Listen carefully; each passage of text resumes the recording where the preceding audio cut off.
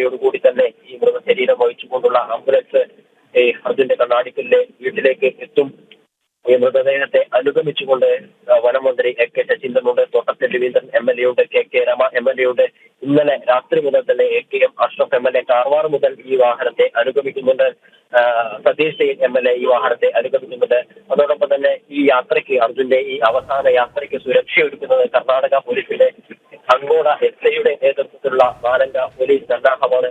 അങ്ങനെ കഴിയാവുന്ന രീതിയിലുള്ള എല്ലാ ബഹുമതികളോടും കൂടി അർജുൻ അവസാന യാത്രയ്ക്ക് ഒരുങ്ങുകയാണ്. നമ്മളാരും പ്രതീക്ഷിക്കാത്ത, നമ്മളാരും ഇഷ്ടപ്പെടാത്ത, അർജുന്റെ അമ്മയും അച്ഛനും ആഗ്രഹിക്കാത്ത, സുഹൃത്തുക്കളും ബന്ധുക്കളും ആഗ്രഹിക്കാത്ത രീതിയിലുള്ള ഒരു യാത്രയെപ്പാണ് നൽകിക്കൊണ്ടിരിക്കുന്നത്. ഈ അർജുന്റെ ലോറി ചന്ദ്രാവലിപ്പുഴയുടെ ആഴങ്ങളിൽ നിന്ന് പുറത്തെടുത്ത സമയത്ത് അർജുൻ ഉപയോഗിച്ചിരുന്ന വസ്ത്രങ്ങളും അല്ലെങ്കിൽ അർജുൻ ഉപയോഗിച്ചിരുന്ന പാത്രങ്ങളും അർജുന്റെ മൊബൈൽ ഫോണുകളും ഉൾപ്പെടെയുള്ള കാര്യങ്ങൾ അല്ലെങ്കിൽ വസ്തുക്കളൊക്കെ കിട്ടിയിരുന്നു. അർജുന്റെ സഹോദരൻ അഭിജിത്തും ജിത്തും ഉൾപ്പെടെയുള്ള അർജുന്റെ സുഹൃത്തുക്കൾ അർജുൻ ഉപയോഗിച്ചിരുന്നതായി ആ വാഹനത്തിൽ നിന്ന് കണ്ടെത്തിയ അല്ലെങ്കിൽ ആ ലോറി പുറത്തെത്തിയതിനു ശേഷം കിട്ടിയിട്ടുള്ള എല്ലാ വസ്തുക്കളും ശേഖരിച്ചുകൊണ്ടാണ് ഇപ്പോൾ ഷിരൂരിൽ നിന്ന് കണ്ണാടിക്കലിലേക്ക് യാത്രയാവുന്നത് അല്ലെങ്കിൽ വന്നുകൊണ്ടിരിക്കുന്നത് എന്നുള്ളതാണ് പ്രധാനപ്പെട്ട കാര്യം. ഈ ലോറി പുറത്തെത്തിച്ച ആ ദിവസം അർജുന്റെ അനുജനായിട്ടുള്ള അഭിജിത്ത് ലോറിയിൽ നടത്തിയ പരിശോധനയിൽ അർജുൻ ഉപയോഗിച്ചിരുന്ന ഷർട്ടും പാന്റും ഈ പുതപ്പുമൊക്കെ കണ്ടെത്തിയ സമയത്താണ് ഇതിൽ കൂടുതൽ സാധനങ്ങൾ ഈ വാഹനത്തിൽ ഉണ്ട് എന്നും ചേട്ടൻ ഉപയോഗിച്ചിട്ടുള്ള എല്ലാ വസ്തുക്കളും ഞങ്ങൾക്ക് വീട്ടിലേക്ക് കൊണ്ടുപോകണമെന്നും അതിനായിട്ടുള്ള ഒരു തിരച്ചിൽ നടത്തണമെന്നുമൊക്കെ അർജുന്റെ അനുജൻ അഭിജിത്ത് ആവശ്യപ്പെടുകയായിരുന്നു. പിന്നീട് ക്യാബിൻ വെട്ടിപ്പൊളിച്ച് നടത്തിയ പരിശോധനയിൽ നമ്മൾ കണ്ടത് കണ്ണലിയിക്കുന്ന കാഴ്ചകളായിരുന്നു. അർജുന്റെ മകൻ അയാന്റെ ഒരു കളിപ്പാട്ടം, ഒരു ലോറി, ആ ലോറിയും ആ വാഹനത്തിന്റെ ക്യാബിനിൽ നിന്നും കണ്ടെത്തിയിരുന്നു. അതൊന്നും ഗംഗാവലി പുഴയുടെ ഒരിക്കലും നഷ്ടപ്പെട്ടിട്ടില്ല എന്നുള്ളത് അങ്ങേയറ്റം വേദന ഉളവാക്കുന്ന ഒരു കാര്യം തന്നെയാണ്. അർജുൻ യാത്രയാവുന്ന സമയത്ത് അയാൻ ആ ലോറി അർജുന് കൊടുത്തുകൊടുക്കുകയും അർജുൻ യാത്രയായി കഴിഞ്ഞതിന് ശേഷം തിരിച്ചുപോയി വീട്ടിലേക്ക് എത്തുന്ന സമയത്ത് അതേ ലോറി തിരിച്ച് മകന് കൊടുക്കുന്ന ഒരു സാഹചര്യമാണ്, അല്ലെങ്കിൽ ആ രീതിയിലായിരുന്നു അവരത് ചെയ്തുകൊണ്ടിരുന്നത് എന്നാണ് ജിതിൻ നമ്മളോട് പറഞ്ഞിരുന്നത്. പക്ഷേ ഇപ്പോഴും ആ ലോറിയും അർജുനും പോകുന്നുണ്ട്. പക്ഷേ ആ ലോറി അർജുൻ കൊടുക്കാൻ വേണ്ടി സാധിക്കില്ല. അയാന്റെ അച്ഛനെ കാണാൻ വേണ്ടി പോവുകയാണ് അവസാനമായിട്ട് എന്നുള്ളതാണ് ഈ യാത്രയുടെ പ്രധാനപ്പെട്ട കാര്യം. സാധിക്കാവുന്ന രീതിയിലുള്ള ഒരു യാത്രയയപ്പ് നൽകുക എന്നുള്ളതാണ് ഇനി നമുക്ക് നൽകാനുള്ളത്. ആ രീതിയിലുള്ള യാത്രയയപ്പ് വഴി നീളെ സാധാരണക്കാരനായി ജനിച്ച് കോഴിക്കോട് ഒരു ഗ്രാമത്തിൽ സാധാരണക്കാരനായി ജനിച്ച് ബന്ധുക്കൾക്കും വീട്ടുകാർക്കും വേണ്ടി പണിയെടുത്ത ഒരു ചെറുപ്പക്കാരൻ ഒരു നാടിന്റെ മുഴുവൻ വേദനയാവുന്നു, ഒരു നാടിന്റെ മുഴുവൻ വിങ്ങലാവുന്നു, ഒരു നാട് മുഴുവൻ ചേർന്ന് അയാൾക്ക് യാത്രയയപ്പ് നൽകുന്നു എന്നുള്ളതാണ് ഈ പ്രധാനപ്പെട്ട കാര്യം. കഴിഞ്ഞ 72 ദിവസം കൊണ്ട് മലയാളികളുടെ എല്ലാമായി മാറിയ അർജുനെ നിറമിഴികളോടെ യാത്രയയക്കുകയാണ് കേരള സമൂഹം.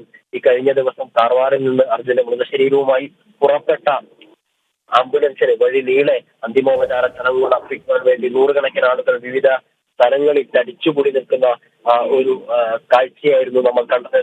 ആദ്യം ഉടുപ്പിയിലായിരുന്നു ഇത്തരത്തിലുള്ള ഒരു അന്തിമോപചാര ചടങ്ങുകൾ നടന്നത്.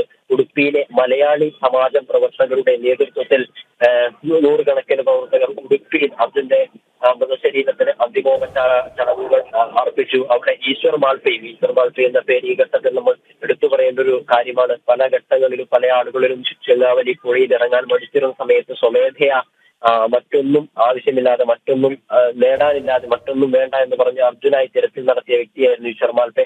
പിന്നീട് കർണാടക സർക്കാരുമായി ബന്ധപ്പെട്ട തർക്കത്തിന്റെ പേരിൽ 2 ദിവസം മുമ്പ് ഗംഗാവലി പുഴയുടെ തീരത്ത് നിന്ന് ഈശ്വർ മാൽപ്പെ പോയെങ്കിലും അർജുനെ കണ്ടെത്തിയതിനു ശേഷം അർജുൻ അവസാന യാത്രയ്ക്ക് ഒരുങ്ങുമ്പോൾ അർജുനെ യാത്രയയക്കാൻ കഴിഞ്ഞ ദിവസം രാത്രി ഉടുപ്പിയിൽ ഈശ്വർ മാൽപ്പെ എത്തിയിരുന്നു. പിന്നീട് അർജുന തലപ്പാടിയിൽ കാസർഗോഡ് ജില്ലാ കളക്ടറുടെ നേതൃത്വത്തിൽ ആംബുലൻസ് ഡ്രൈവർമാരുടെയും ലോറി ഓണേഴ്സ് അസോസിയേഷന്റെ ലോറി ഓണർമാരുടെയും നാട്ടുകാരുടെയും ഒക്കെ നേതൃത്വത്തിൽ തലപ്പാടിയിലും അർജുൻ അന്തിമോപചാരം അർപ്പിക്കാൻ ആളുകൾ കൂടി നിൽക്കുകയും അന്ത്യാഞ്ജലികൾ അർപ്പിക്കുകയും ഒക്കെ ചെയ്തിരുന്നു. നിരവധി സ്ഥലങ്ങളിൽ നിരവധി ആളുകളൊക്കെ തടിച്ചുകൂടുകയും അർജുനെ ഒരു നോക്ക് കാണുവാൻ സാധിച്ചിരുന്നെങ്കിൽ എന്ന് പ്രതീക്ഷിക്കുകയും ഒക്കെ ചെയ്തിരുന്നെങ്കിലും എല്ലാ സ്ഥലങ്ങളിലും ഒന്നും വാഹനത്തിൽ നിർത്തുവാൻ വേണ്ടി സാധിക്കുമായിരുന്നില്ല. കൃത്യമായ ടൈം ഷെഡ്യൂൾ പ്രകാരമായിരുന്നു യാത്ര നിശ്ചയിച്ചിരുന്നത്. ഇന്നലെ 6 മണിക്ക് പുറപ്പെട്ട് ഇന്ന് 6 മണിയോടുകൂടി ഈ കണ്ണാടിക്കലിലെത്തി 8 മണിയോടുകൂടി വീട്ടിലേക്ക് എത്തിക്കുന്ന രീതിയിലായിരുന്നു ക്രമീകരിച്ചിരുന്നത്. എങ്കിലും നേരത്തെ പ്രതീക്ഷിക്കാത്ത അല്ലെങ്കിൽ നേരത്തെ പ്ലാൻ ചെയ്യാത്ത ചില ചടങ്ങുകൾ, അന്ത്യാഞ്ജലി അർപ്പിക്കാനുള്ള ആ ചടങ്ങുകൾ പല ആളുകൾക്കും അവസരം നൽകിയതിനാൽ 1 മണിക്കൂറോളം വൈകിയാണ് പോകുന്നത്. എങ്കിലും 8 മണിയോടുകൂടി തന്നെ ഇപ്പോൾ അർജുന്റെ വീട്ടിൽ എത്തുമെന്ന് തന്നെയാണ് മനസ്സിലാക്കുന്നത്. ആദ്യം ഉടുപ്പിയിലും പിന്നീട് തലപ്പാടിയിലും കാസർഗോഡും കണ്ണൂരും ഒക്കെ അന്ത്യാഞ്ജലി അർപ്പിക്കാൻ നിരവധി ആളുകൾ തടിച്ചുകൂടുന്ന ഒരു സാഹചര്യം ഉണ്ടായിരുന്നു. അതിനൊക്കെ അപ്പുറത്തേക്ക് റോഡിന്റെ ഇരുവശങ്ങളിലുമായി നിരവധി ആളുകൾ തടിച്ചുകൂടി നിൽക്കുന്ന ഒരു കാഴ്ചയെ നമുക്ക് കാണാമായിരുന്നു. ഈ അല്പസമയം മുമ്പാണ് ഈ അർജുന്റെ മൃതദേഹം കോഴിക്കോട് ജില്ലാ അതിർത്തിയായ അഴിയൂരിൽ നിന്ന് മന്ത്രി AK Saseendran ഏറ്റുവാങ്ങിയത്. AK ശശീന്ദ്രനൊപ്പം Thottathil Raveendran MLA യും KK രമ MLA യും ജില്ലാ കളക്ടർ സ്നേഹിൽ കുമാർ കുള്ളും ഉൾപ്പെടെയുള്ള ആളുകൾ ഈ മൃതശരീരം ഏറ്റുവാങ്ങാൻ പുലർച്ചെ തന്നെ ഇങ്ങോട്ടേക്ക് വന്നിരുന്നു. അങ്ങനെ എല്ലാ തരത്തിലുമുള്ള ബഹുമതികളോടുകൂടി അർജുൻ യാത്രയാകുന്നു എന്നുള്ളതാണ്. അർജുന്റെ അവസാന യാത്ര അർജുന്റെ വീട്ടിലേക്ക് എത്തിക്കൊണ്ടിരിക്കുകയാണ്.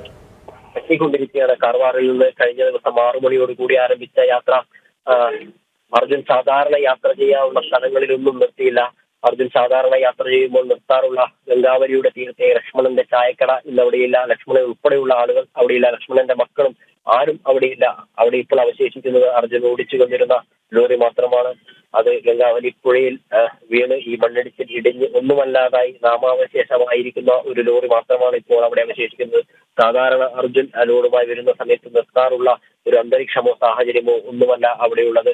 അർജുനോടൊപ്പം തന്നെ ആ പ്രദേശത്തെയും ഒന്നുമല്ലാതാക്കി കളഞ്ഞ ഒരു ഭീകരമായ മണ്ണിടിച്ചിലിന്റെ ഒരു അപരിണിത ഫലം എന്ന് പറയുന്നത് നിരവധി ആളുകളുടെ ജീവനെടുത്ത ഒരു സാഹചര്യമായിരുന്നു. അർജുന് വേണ്ടപ്പെട്ടവർ അല്ലെങ്കിൽ അർജുന് പരിചയമുള്ള നിരവധി ആളുകൾ ആ മണ്ണിനടിയിൽപ്പെട്ട് ഇല്ലാതായി. ഒരുപാട് ജീവിതങ്ങൾ ഇല്ലാതായി.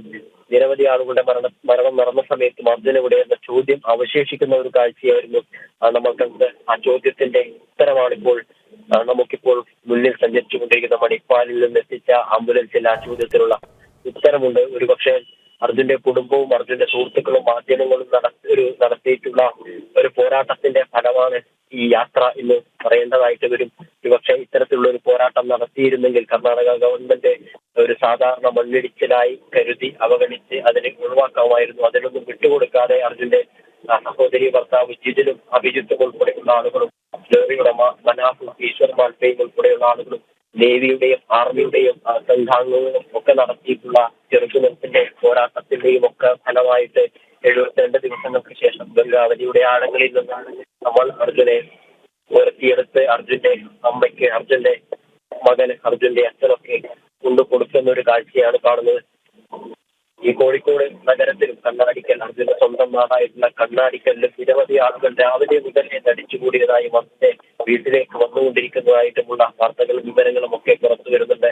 കാരണം അത്രയേറെ സ്വന്തം വീട്ടിലെ, സ്വന്തം കുടുംബത്തിലെ ഒരാൾ എന്ന പോലെ അർജുൻ നമ്മുടെ എല്ലാവരുടെയും എല്ലാമായി മാറിയിരിക്കുന്ന ഒരു കാഴ്ചയാണ്. ഒരുപക്ഷെ ഈ രീതിയിലുള്ള ഒരു യാത്രയെ അടുത്ത കാലത്തൊന്നും മറ്റൊരാൾക്കും നൽകിയിട്ടില്ല എന്ന് തോന്നൽ ഉണ്ടാവാം. നമ്മൾ നേരത്തെ സൂചിപ്പിച്ചതുപോലെ ഒരു സാധാരണ വീട്ടിൽ സാധാരണക്കാരനായി വളർന്ന കുടുംബത്തിന്റെ ബാധ്യതകൾ ഏറ്റെടുത്തുകൊണ്ട് സഹോദരിയുടെയും മറ്റും കല്യാണം ഉൾപ്പെടെയുള്ള കാര്യങ്ങൾ ഏറ്റെടുത്തുകൊണ്ട് വീട് പണി ഉൾപ്പെടെയുള്ള കാര്യങ്ങൾ ഏറ്റെടുത്തുകൊണ്ട് അത് നടപ്പിലാക്കിക്കൊണ്ട് സാധാരണക്കാരനായ ഒരു നാട്ടുംപുറത്തുകാരനെ കേരളമൊന്നാകെ യാത്ര അയക്കുന്ന ഒരു കാഴ്ചയാണ് കാണുന്നത്. അതിന് കേരള കർണാടക സർക്കാരിന്റെ സുരക്ഷയൊരുക്കുന്നു. കേരള കർണാടക സർക്കാർ ആ യാത്രയ്ക്ക് നടപടി ചെയ്തിരിക്കുന്നു എന്നുള്ളതാണ് പ്രധാനപ്പെട്ട കാര്യം. കഴിഞ്ഞ ഈ 2 മാസത്തിന് ഉള്ളിൽ 72 ദിവസത്തിനുള്ളിൽ നമ്മുടെ എല്ലാമായി മാറിയ അർജുൻ നമ്മുടെ മുന്നിൽ ഒരു ആംബുലൻസിൽ വേദനയേറ്റ് യാത്ര ചെയ്യുന്നത് അങ്ങേയറ്റം വേദന ഉളവാക്കുന്ന ഒരു കാര്യമാണ്, സങ്കടം ഉണ്ടാക്കുന്ന ഒരു കാര്യമാണ്. പക്ഷെ ആദ്യഘട്ടങ്ങളിലൊക്കെ അർജുനെ രക്ഷിച്ചെടുക്കുക, രക്ഷാദൗത്യം എന്നായിരുന്നു പറഞ്ഞിരുന്നത് എങ്കിൽ പിന്നീട് ഒരു ഘട്ടം കഴിഞ്ഞപ്പോൾ നമ്മൾ തന്നെ അത് തിരുത്തി തിരച്ചിൽ എന്നാക്കുന്ന ഒരു കാഴ്ച ഉണ്ടായിരുന്നു. അതും വേദനയായിരുന്നു. അർജുനെ എങ്ങനെയും ജീവനോടെ എടുക്കുക, ജീവനോടെ തിരിച്ചെത്തിക്കുക എന്ന കുടുംബത്തിന്റെ ആവശ്യം. പിന്നീട് അർജുനെ എന്ത് പറ്റി എന്ന ചോദ്യത്തിന് ഉത്തരം നൽകാൻ നിങ്ങൾ തയ്യാറാവണം. എന്റെ മകൻ ജീവനോടെ ഇല്ല എന്ന് പോലും അമ്മ മാധ്യമങ്ങൾക്ക് മുമ്പിൽ വന്ന് പറയുന്ന ഒരു കാഴ്ച ഉണ്ടായിരുന്നു. എന്റെ മകൻ ജീവനോടെ ഇല്ല എന്ന വസ്തുത ഞങ്ങൾ ഉൾക്കൊള്ളുന്നു, പക്ഷെ എനിക്ക് എന്റെ മകൻ എന്ത് പറ്റിയെന്ന് പറയാൻ അല്ലെങ്കിൽ അറിയാനുള്ള ആഗ്രഹമുണ്ട് എന്ന ആ അമ്മയുടെ ചോദ്യത്തിന് മുന്നിൽ അല്ലെങ്കിൽ ആ അമ്മയുടെ ആഗ്രഹത്തിന് മുന്നിൽ ആ കുടുംബം ഉറച്ചു നിന്ന് കുടുംബം ആവശ്യപ്പെട്ടപ്പോൾ ഒക്കെ എല്ലാ സംവിധാനങ്ങളും അവരുടെ കൂടെ ചേർന്ന് പോകുന്നു. അങ്ങനെ ആ ചേർന്ന് നിന്നതിന്റെ ഫലമായി നിരന്തരം നടത്തിയിട്ടുള്ള പരിശ്രമത്തിന്റെ ആ ഫലമായി അർജുനയെ വഹിച്ചുകൊണ്ടുള്ള അല്ലെങ്കിൽ അർജുന 72 ദിവസങ്ങൾക്ക് ശേഷം കണ്ടെത്താൻ സാധിച്ചു. അങ്ങനെ അർജുനയെ വഹിച്ചുകൊണ്ടുള്ള ആ ആംബുലൻസ് അർജുന്റെ സ്വന്തം ഗ്രാമമായിട്ടുള്ള കണ്ണാടിക്കലിലേക്ക് അടുത്തുകൊണ്ടിരിക്കുകയാണ്. 8 മണിയോടുകൂടി തന്നെ അർജുന്റെ വീട്ടിലേക്ക് മൃതശരീരം എത്തും. പിന്നീട് 1 മണിക്കൂർ അവിടെ പൊതുദർശനം ഉണ്ടാകും. വീട്ടിൽ എത്തിക്കുന്നതിന് മുമ്പ് തന്നെ വിലാപയാത്രയായിട്ടായിരിക്കും ആർമിന്റെ മൃതദേഹം അങ്ങോട്ടേക്ക് എത്തിക്കുക. കണ്ണാടിക്കൽ ടൗണിൽ നിന്ന് നൂറുകണക്കിന് ആളുകളുടെ അകമ്പടിയോടെയുള്ള വിലാപയാത്രയായിട്ടായിരിക്കും ആ മൃതദേഹം അങ്ങോട്ടേക്ക് എത്തിക്കുക.